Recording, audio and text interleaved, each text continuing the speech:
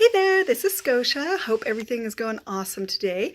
On today's episode of How to Goth Like an Adult, I wanted to go over my hack, if you will, for how to display toys. I'm a big toy collector. Some other time I can go over the different artists that I collect and the types of toys that I collect. But one of my big issues is trying to display all of them without having them look like a big pile of crud or just kind of toppling on top of themselves. If you've ever tried to look up risers, which are the clear things, the lucite platforms that you can put toys on, they are ridiculously expensive. It goes anywhere from $5 to like $30 a piece. And I would much rather spend that on a new toy because I'm a crazy person who collects a lot of things. So I've been looking around at a lot of different stores to find something that would work for me. I know it might not look perfect, but it works really well for what I need it to. So I went to my favorite, Dollar Tree, because everything is actually a dollar. And I found 3 really, really good hacks for this. So let's get to it. Let's see. Oh, there we go. All right. So my first one, as you can see, is this little clear staircase looking thing. And it's actually meant for miniature nail polish, but it works really, really well for minifigs. So if you collect like little Lego guys or things like that. I'm not super big into them, but I do have a few. So here it is from the side.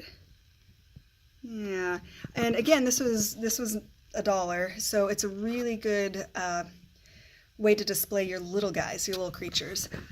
Oh, there we've got a ghost. Got a little titty bat there, looking awesome.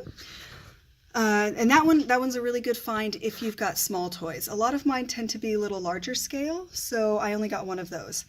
The second thing that I got were these staircase kind of looking things. And these are actually dish drying racks, which is pretty funny. They aren't clear. They're like a powder coated wire, but they look pretty decent once you get everything covered. So here's what they look like. I still have to finish putting everything together. If you're a toy collector, you know that it's never done. You always get something new and then have to rearrange everything. So here it is. It's just it's a really, really good riser because you've got this about 3/4 of an inch elevation difference between the bottom and the next tier. So you can actually do 1 on the ground and then 3 tiers. The way that I've used this so far is over here. So this was a great way this is a series of 4 watches. 4th one hasn't come out yet, but there they are all stacked. Instead of being in a giant clump on top of each other, you can see it's going to look really nice, especially once I get that last one, fingers crossed, and then it will have a really nice tapered display like so. The third one that I got is also a dish rack, but this one is just a single rise, and it's all right. These guys I think I'm going to reconfigure just because I think the height difference is a little bit too much, but it is awesome because otherwise this whole shelf, all this space above here would have been wasted. So this was a really good way to do it.